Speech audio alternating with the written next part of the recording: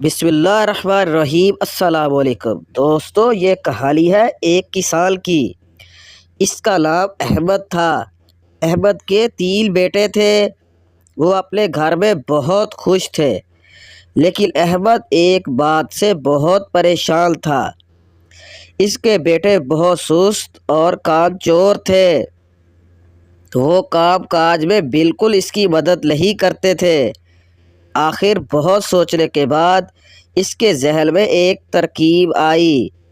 اس نے اپنے بیٹوں کو جمع کیا اور ان سے کہا، پیارے بیٹو، ہماری زمین کے اندر خزانہ چھپا ہوا ہے اور میں اسے نکالنا چاہتا ہوں، لیکن بوڑھا ہو گیا ہوں اور اکیلا یہ کام نہیں کر سکتا۔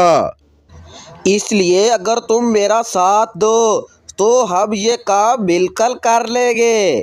سارے بیٹے خزانے کی تلاش پر راضی ہو گئے اور انہوں نے زمین کو کھودنا شروع کر دیا، لیکن ان کو خزانہ نہ ملا۔ انہیں یہ دیکھ کر بہت غصہ آیا کہ ان کے والد نے ان سے جھوٹ بولا۔ انہوں نے اپنے والد سے شکایت کی کہ ان کے والد نے کہا، میرے پیارے بیٹو، میں جھوٹ کیسے بول سکتا ہوں؟ جھوٹ بولنا تو بہت بری اور گندی عادت ہے، اور مسلمان تو کبھی نہیں جھوٹا ہو سکتا۔ میں نے تمہیں کہا تھا اس میں خزانہ ہے، تو میرے پیارے بیٹو، یہ جھوٹ نہیں بلکہ سچ ہے، لیکن تم جلدی کر رہے ہو اور جلدی کا کام شیطان کا ہوتا ہے۔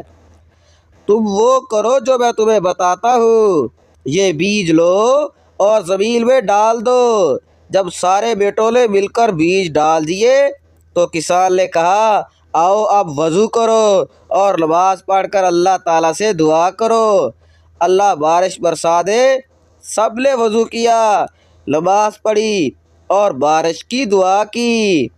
اللہ نے ان کی دعا قبول کی اور خوب بارش ہوئی، اور کچھ ہی دنوں میں زمین میں سے پودے اگنا شروع ہو گئے۔ کسان نے اپنے بیٹوں سے کہا، دیکھو، یہ ہے وہ خزانہ جس کا میں تم سے کہا تھا۔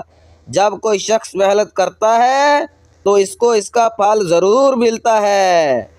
تو پیارے دوستو، امید ہے کہ آپ کو یہ کہانی بہت پسند آئی ہوگی۔